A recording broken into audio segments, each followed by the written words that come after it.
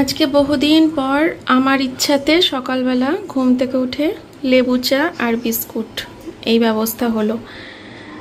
ঠিক আছে, আজকে ওয়েদারটা বেশ ঝরঝরে, সোনালি রোদ্দুর। তো চলো সকালবেলা চা বিস্কুট দিয়ে আজকের ব্লগটা শুরু করলাম, সঙ্গে থাকো।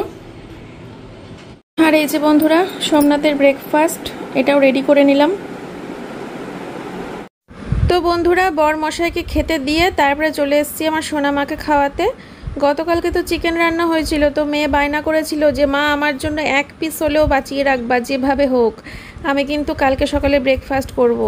তো সেটাই আর কি, এক পিস মাংস আর একটা আলু আর একটু ঝোল রেখে দিয়েছিলাম, আর গরম গরম ভাত সকাল সকাল সেটা দিয়ে ওকে মাখিয়ে খাইয়ে দিচ্ছি। আর ও এখন পড়তে বসেছে, আজকে সকালবেলা ম্যাডাম আসেনি, তো তার জন্য ওকে তো প্রচুর হোমওয়ার্ক দিয়ে যায়, তো সেগুলো ও এখন বসে বসে সব করছে। গতকালকে সন্ধ্যেবেলাও করেছে, আবার এখন সকালবেলা উঠে ও এখন পড়তে বসেছিল ব্রাশ টাশ করে। তো আমি ওকে এক ফাঁকে খাইয়ে দিচ্ছি, তারপরে আবার আমি রান্নাবান্না করব, ঘরের কাজকর্ম করব। আজকে ওকে স্কুলে পাঠাইনি, একটু সমস্যা ছিল সে কারণে। আর এখানে ও দেখো সোমনাথ চলে এসেছে, ও এখন যা ওই গেঞ্জিটা নিল, স্নান টান করে উঠলো।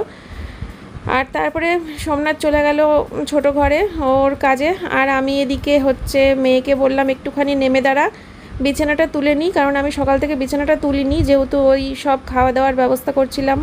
মেয়ের ব্রেকফাস্টের ব্যবস্থা, সোমনাথের ব্রেকফাস্টের ব্যবস্থা, ওদের খাওয়া দাওয়া হয়ে গেল, ওদের পেট শান্তি হয়ে গেল। এবার আমি কাজ করে শান্তি পাবো, না হলে ওই কাজ করতে করতে মাথার মধ্যে চিন্তা লাগে যে এই বোধহয় মেয়ের খিদে পেয়ে গেল, এই বোধহয় বরের খিদে পেয়ে গেল। তো ওদের খাওয়া দাওয়া হয়ে গেলে তারপরে এবার আমাকে তো আর কেউ ডাকার নেই, আমাকে কেউ কিছু বলার নেই, এবার আমি ধীরে সুস্থে নিজের মতো করে নিজের কাজগুলো করতে পারি। তো বিছানাটা তুলছি, আর ও দেখো কি করছে, পড়ার টেবিলটা নিয়ে নিচে রাখলেই তো হয়, ও ওটাকে ধরে নাচ করছে, তোমাদেরকে দেখাচ্ছে। তুই ভয়েস দিবি? নে বল, কথা বল। এই যে আমরা নাচ করছি স্টাডি টেবিলটাকে নিয়ে, আমার মার মতো বিছানা পরিষ্কার করছে, মানে ওই বিছানা তুলি চালাবি, স্টাডি টেবিল নিয়ে নাচ করছি।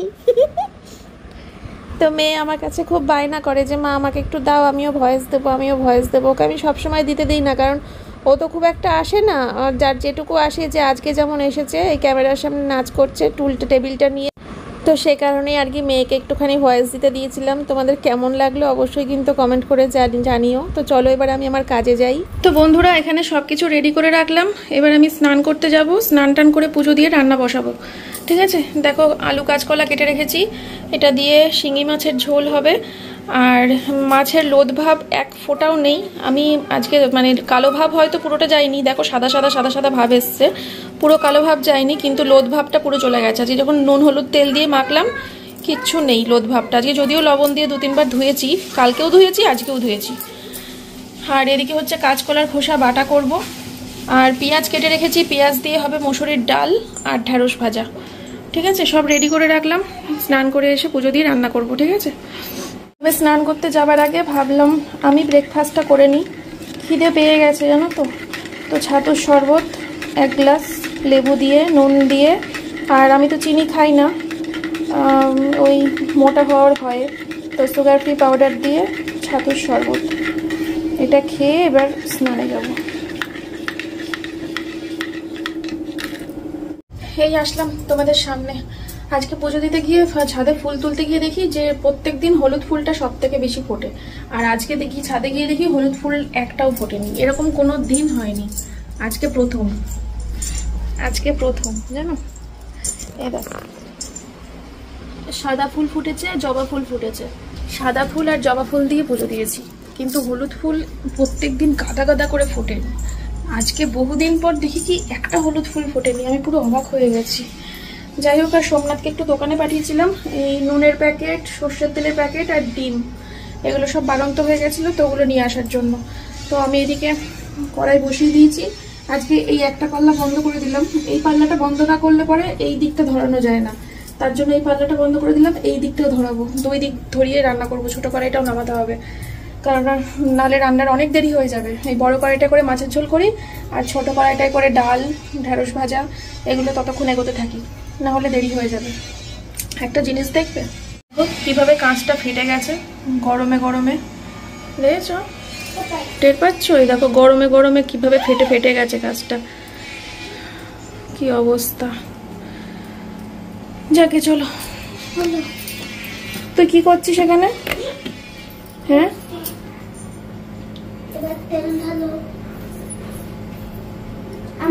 চলো, অনেকগুলো মাছ আসছে, ওগুলো ভাজবো, তারপরে আর তেল লাগবে না, যে ভাজার পরে যেটুকু তেল পড়ে থাকবে ওতেই মাছের ঝোল করে নেবো। পিঁপড়ে তো আছেই।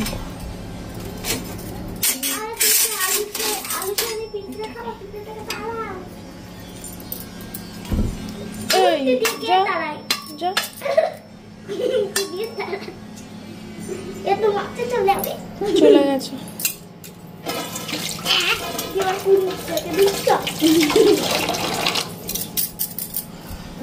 তুই এখানে কি করছিস একটু বলবি আমাকে? যা ঘরে যা।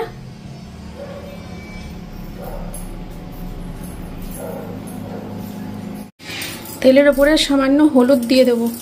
যদিও মাছের মধ্যে তেল দিয়েছি, ফাটার কথা না, তাও একটা ভয় তো লাগেই।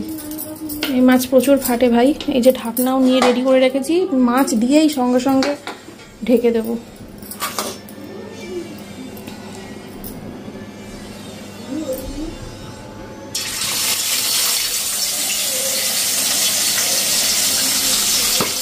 ভাই ভাই ভাই ভাই ভাই ভাই নে নে নে নে। তো বন্ধুরা, আমার ডালটা হয়ে গেছে, ঢেঁড়স ভাজাও হয়ে গেছে।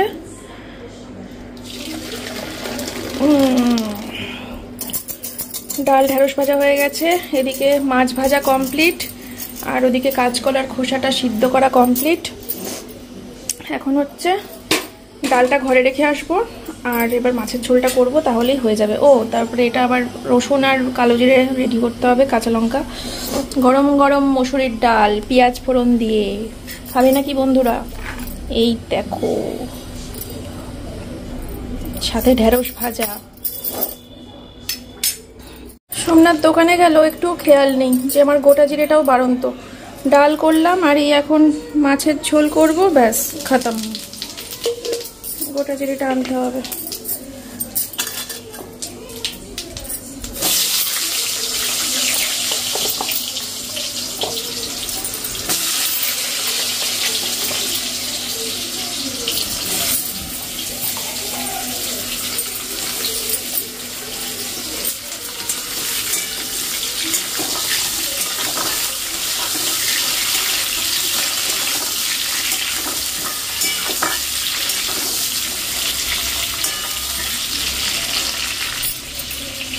চলো, এর মধ্যে নুন হলুদ জিরে গুঁড়ো লঙ্কার গুঁড়ো সব দিয়ে দিই, আর কিছু দেবো না, বুঝেছো? এই রান্নায় আদা পেঁয়াজ রসুন দেয় না কিন্তু, জানো তো? এমনি কথায় আছে আদায় কাঁচকলাই, তার জন্য জানি না আদা পেঁয়াজ রসুন দেয় না। এরকম হালকা ফোড়নের মশলা, ফোড়নের ওপর প্লাস রান্নাটা হয় আর কি, প্লেন ফোড়নের ওপরই রান্নাটা হয়, তাহলে আসল উপকারটা পাওয়া যায়। যেহেতু রক্ত হয় এই মাছ খেলে, তোমরা অনেকেই জানো, বুঝেছো?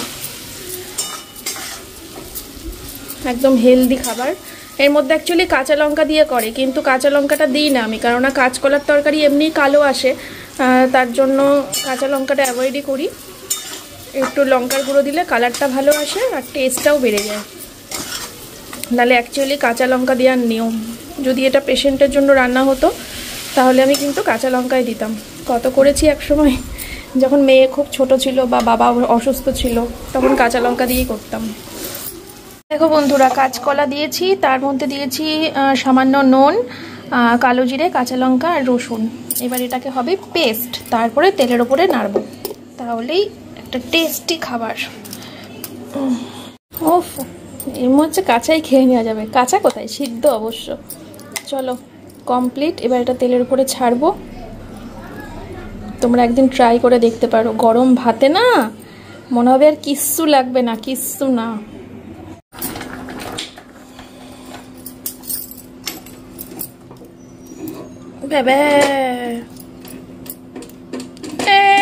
হবে না, তারাও ঢেলে নিয়ে দেখাই। এই যে বন্ধুরা, ঢেলে নিয়েছি। এরকম ধোয়া ওঠা অবস্থায় তোমাদেরকে দেখাতে খুব ভালো লাগে। খেতে বসে দেখানোর থেকে এই টাইমটা দেখাতে বেশি ভালো লাগে, তাই না বলো? একটা মাছ কি ভাঙলো নাকি কি জানি না। কেমন হয়েছে বন্ধুরা? চলো। এবার লাস্ট রান্নাটা হচ্ছে। ঘড়ির কাঁটা বলছে দুপুর 3টে। আজকে কত দেরি হয়ে গেল। চলো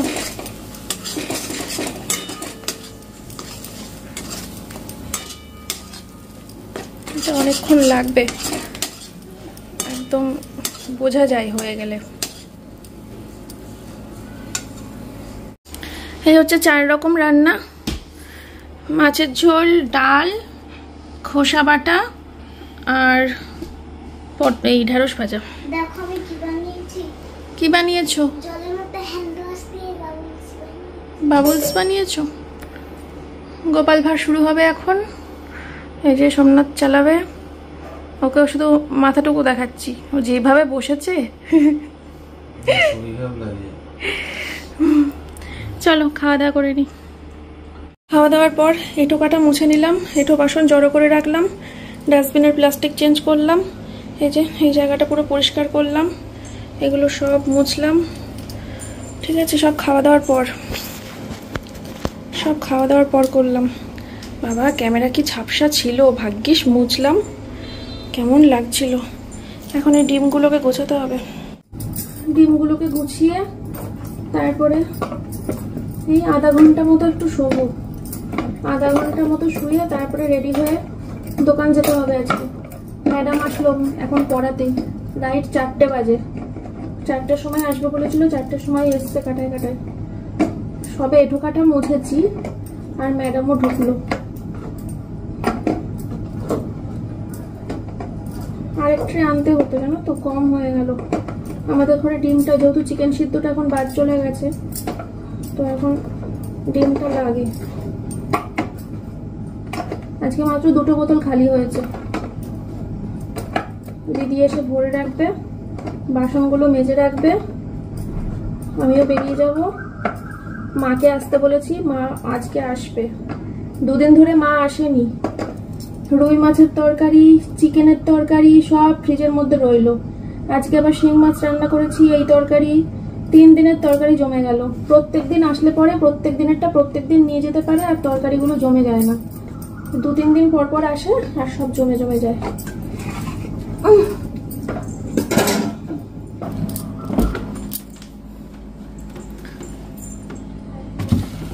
থাক, ফ্রিজে একটা সবজি নেই, দেখেছো?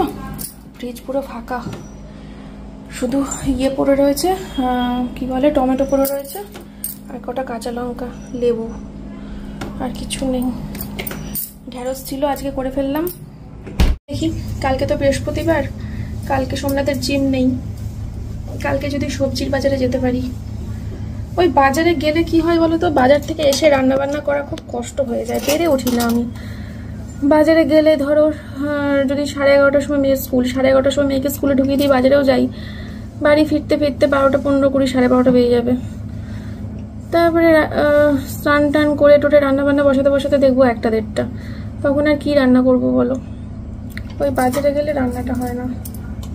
তাও আজকে ডালটা বেশি করে রেখেছি, ডালটা যদি একটু থাকে তো আমার একটু ভালো হয়, সুবিধা হবে। কালকে তাহলে শুধু ডিমের অমলেট করে নেবো।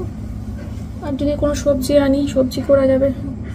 সবজি তো সেরকম কিছু খাওয়া হচ্ছে না 2 দিন হলো। আজকে যদিও খাওয়া হয়েছে, মানে নেই করতে করতে ওই যে কাঁচকলা ছিল, বুদ্ধি করে করলাম। কাঁচকলাটার তরকারি আর খোসাটা বাটা বুদ্ধি করে করলাম যে একটু সবজি খাওয়া হবে। আর যা টেস্টও হয়েছিল বন্ধুরা, কাঁচকলার বাটাটা, উফ অমৃত। সোমনাথ তো খেতে বসে বলছে, বাটাটা কি করেছো, সেই হয়েছে।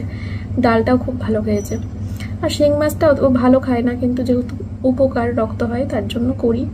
আর আমিও খুব ভালোবাসি খেতে, প্রচণ্ড মানে ছোট থেকেই ভালোবাসি শিং মাছ, মাগুর মাছ, এগুলো বাবা খুব খাওয়াতো। ঠিক আছে চলো, আমি তাহলে একটু রেস্ট নিয়ে নিই, দিয়ে চেঞ্জ করি, দোকানের জন্য রওনা দিই। শাড়িটা একবারে নামিয়ে দেবো কাচতে মেশিনে। দোকান থেকে আস্তে আস্তে তো রাত হয়ে যায়, 9টা 9:30, এসে চেঞ্জ করে নাইটি পরে নেবো। চলো, পুতুর করতে করতে এই এখন সন্ধ্যে 6টা বাজে, এই এখন যাচ্ছি দোকানে। ঠিক আছে, তো এই যে আমি রেডি, পুরোপুরি রেডি। চলো বেরিয়ে পড়ি।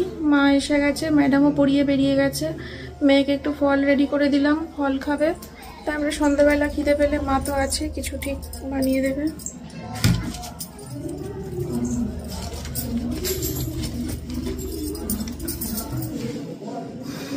কি পরিমাণে আইব্রো হয়ে গেছে গো, আমার পার্লারে যেতে হবে। কত ভুরু উঠে গেছে, ক্যামেরার সামনে আসাই যাচ্ছে না, অনেক আইব্রো হয়ে গেছে।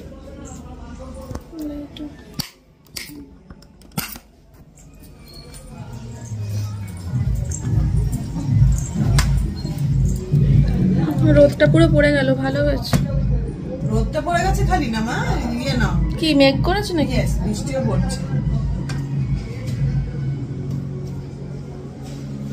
টাটা। আজকে কিন্তু ওদেরকে টাটা দিলাম।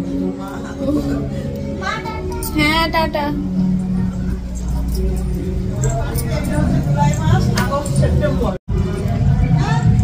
বিশাল মেঘ করেছে ওইদিকে, ওই মেঘ করেছে তাই বলছি।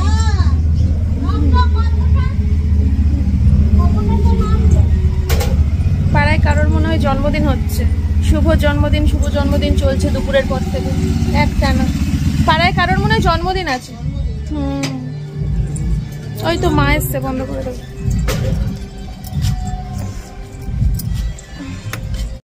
তো বন্ধুরা, দোকানে যাওয়ার পথে গেছিলাম একটু বাজারে মেয়ের স্কুলের ড্রেস কিনতে। তো ওর সুতির আর কি কিনলাম, আর তার সাথে আরও স্কার্ট মোজা নিয়েছি। আজকের ব্লগে দেখানো হয়নি, সেগুলো তোমাদেরকে কালকের ব্লগে অবশ্যই দেখিয়ে দেবো।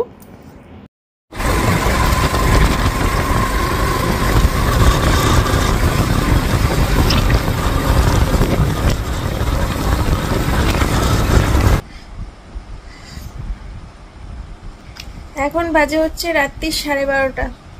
শুলাম, প্রচণ্ড ক্লান্ত।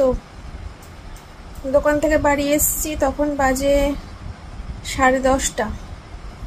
বাড়িতে এসে তারপরে খাওয়া দাওয়া, এটো কাটা মোছা, দিদি বাসন মেজে গেছিলো বিকেলে, সেগুলো গুছানো, রান্নাঘর মোছা, ছোট ঘরের বিছানাটা গুছানো, বড় ঘরের বিছানাটা গোছানো, ওয়াশিং মেশিনটা চালিয়ে দিয়ে এসছি। সকালে উঠে ঘুম থেকে উঠে আগে জামা কাপড় মেলতে উঠবো ছাদে। প্রচণ্ড ক্লান্ত, আর কথা বলার ক্ষমতা হয়নি, বাড়িতে এসে ক্যামেরা অন করার ক্ষমতা হয়নি।